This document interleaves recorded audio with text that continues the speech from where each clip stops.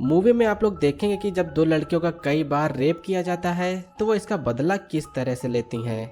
Movie की starting में हम दो लड़कियों को देखते हैं। इनका नाम कैटी और स्लोन है। ये दोनों अपने फ्रेंड्स के साथ में मस्ती करते हुए ड्रग्स ले रही हैं। अब इसके बाद में ये दोनों कैटी के मॉम के घर जाते हैं। यहाँ पर हमको पता चलता है कि ये दोनों इकोफील्ड ऑर्गेनिक फार्म में वर्क करने के लिए न्यूयॉर्क जाएंगी, जिससे वहाँ पर साथ में शॉपिंग करने के लिए स्लोन काफी एक्साइटेड है। इन दोनों को पिक करने के लिए कैटी के अंकल जैसन आते हैं। जैसन जो कि एक FBI डिटेक्टिव है और वो इस समय कुछ दिन की लीव पर है। यहाँ से न्यूयॉर्क जाने से पहले आज की रात के लिए जैसन इन दोनों को अपने घर ले जाता है। कैटी और स्लोन यहाँ जैसन की गर्लफ्रेंड जेमा से मिलते हैं। अब आज की रात ये दोनों यहीं स्पेंड कर रही होती हैं। स्लोन कैटी से बताती है कि हम लोग न्यू प्लेस पर स्टे करने वाले हैं, तो क्यों ना हम अपने नाम बदल के रखें, जिससे स्लोन अपना नाम हैदर रख लेती है और कैटी अपना नाम रिप्ले रख लेती है। अब अगला दिन होता है। जैसन दोनों लड़कियों को बस स्टैंड तक ड्रॉप करने के लिए उन्हें वहां ले जाता है। यहाँ पर आने पर पता चलता है कि बस को आने में लगभग 1 घंटा लगने वाला है। जैसन भी बस के आने का वेट करते हुए यहाँ रुकना चाहता है, लेकिन दोनों लड़कियां उसे फिक्र ना करके उसे चले जाने को कह देती हैं। जैसन जैसा कि एक डिटेक्टिव है तो वो इन दोनों लड़कियों से कहता है कि जब तुम वहाँ पर पहुँच जाना तो मुझे कोड वर्ड में अपने सेफ होने की इंफॉर्मेशन देना।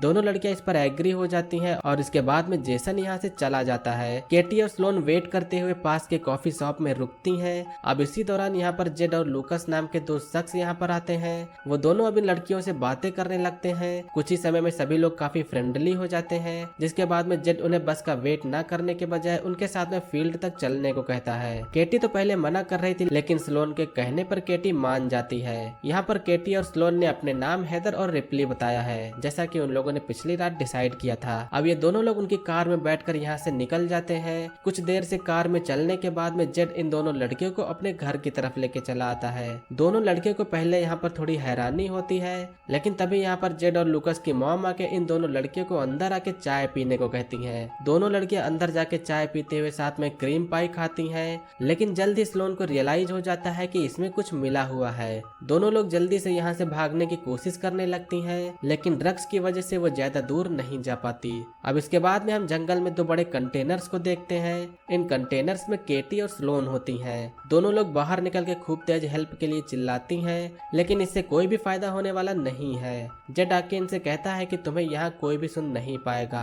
अब इसके बाद में यहाँ पर इनका लीडर बोरिस आता है। बोरिस को कैटी के फोन से पता चल जाता है कि इन दोनों ने अपने नाम गलत बताए हैं, जिसके बाद में वो इनसे इनका रियल नाम पूछता है। कैटी के फोन में उसके अंकल जैसन का मैसेज आया है, जिसके बाद में बोरिस इसे रिप्लाई करने वाला होता है, लेकिन बोरिस देखता है कि जब पहले मैसेज किया गया था तो लास्ट में एप्पल भी लिखा था। शायद ये कोई कोड वर्ड है, जिससे जैसन जब ठीक होने का रिप्लाई देता है तो लास्ट में वो भी एप्पल लिख देता है। अब इसके बाद में इन दोनों लड़कियों को नहाने के लिए कहा जाता है, मगर इतने में ही यहाँ अचानक से पुलिस आ जाती है। केटी और स्लोन जल्दी से उसके पीछे जाके छिप जाते हैं, मगर हमें यहाँ पर अब ये पता चलता है कि वो तो इन्हीं से मिला हुआ है। और फिर बाद में वो केटी को कंटेनर के अंदर ले जाता है और उसके साथ में बेरहमी से रेप करता है। इधर जेमा को जैसन के फोन पर कैटी का मैसेज रिसीव होता है। यहाँ पर जैसन जब मैसेज में दोबारा एप्पल कोड वर्ड देखता है तो उसे शक हो जाता है कि लड़कियां मुसीबत में है, क्योंकि उसने हर बार अलग कोड कहने को बोला था। इस तरफ जंगल में दूसरा शख्स आता है। वो स्लोन को चुन के उसे कंटेनर में ले जाता है। स्लोन अपने आप को बचाते हुए उसके मुंह पर थूक देती है, जिसके बाद में वो शख्स स्लोन को सिगरेट से जला देता है और बाद में उसका बेरहमी से रेप करता है। अब इसके कुछ देर बाद में एक पिग मास्क वाला शख्स यहाँ पर आता है। वो बहुत ही डरावनी आवाज निकाल रहा था और फिर वो स्लोन को लेके कंटेनर में जाता है और इस बार भी बिल्कुल वही होता है। स्लोन अब इस सबसे बहुत ही डर गई होती है। दूसरी तरफ हम देखते हैं कि जैसन इस बात की रिपोर्ट करवाने पुलिस स्टेशन गया हुआ है। अब हम यहाँ पर ये देखते हैं कि ये वही शरीफ है जिसे हमने जंगल में देखा था। जैसन केटी और स्लोन के बारे में बताता है, जिसके बाद में शेरिफ कहता है कि हम जल्द ही उनका पता लगा लेंगे और जैसन रिपोर्ट करवाने के बाद में यहाँ से चला जाता है। ये बात इधर बोरिस को शेरिफ से पता चल गई है कि इन दोनों को उसके FBI अंकल ढूंढ रहे हैं, जिसके बाद में वो रिस्क न लेते हुए इन्हें मार फेंकने का प्लान बनाते हैं। लेकिन दूसरी तरफ से केटी ये बात सुन लेती है। इधर जैसन वही कॉफी शॉप में जाकर वहाँ के वेंडर से केटी और स्लोन की फोटो दिखाते हुए उनके बारे में पूछता है, तो वो बताता है कि यहाँ उनके साथ में 2 लड़के भी थे जो उन्हें अपने ट्रक में लेके चले गए। वो उस ट्रक का मॉडल नंबर और उसकी पूरी इन्फॉर्मेशन भी उसे दे देता है। इधर जंगल में केटी स्लोन से बताती है कि ये लोग हमें मारने वाले हैं और हमें मारने के बाद में ये दूसरी लड़कियों को लाएंगे। एक्चुअली ये सभी लोग लड़कियों की तस्करी करते हैं। जब बोरिस और जेड यहाँ से चले जाते हैं और खाली ये शख्स बचता है यहाँ पर, तो इस मौके का फायदा उठाते हुए केटी उस आदमी को सेड्यूस करने लगती है और इसके बाद में वो उस शख्स के गले पर काट के वहाँ का मांस निकाल लेती है। इसके बाद में अब दोनों लोग अपने आप को आजाद कर लेती हैं। दूसरी तरफ से शेरिफ भी यहाँ आ रहा होता है। वो यहाँ पर आके देखता है कि एक शख्स यहाँ पर घायल है और वो लड़कियां यहाँ से भाग चुकी हैं और इतने में वो दोनों लड़कियां शेरिफ की कार को लेके यहाँ से निकल जाती हैं। केटी और स्लोन दोनों लोग कार से यहाँ से निकल रही होती हैं। उन्हें रास्ते में यहाँ 2 लड़कियां दिखती हैं जो लिफ्ट लेने का इशारा कर रही थी। स्लोन यही मन में सोचती है कि इसी तरह लड़कियों को किडनैप किया जाता है और अगर ये सिर्फ अपने आप को बचा के यहाँ से चली गई तो इससे कोई फायदा होने वाला नहीं है, क्योंकि दूसरों को खतरा अभी भी है। इसलिए ये दोनों अब मिलकर सभी से रिवेंज लेने का प्लान बनाती हैं। दोनों लोग एक टूल शॉप में जाकर वो सब टाइप के हथियार ले लेती हैं जिससे उन्हें मारा और टॉर्चर किया जा सके।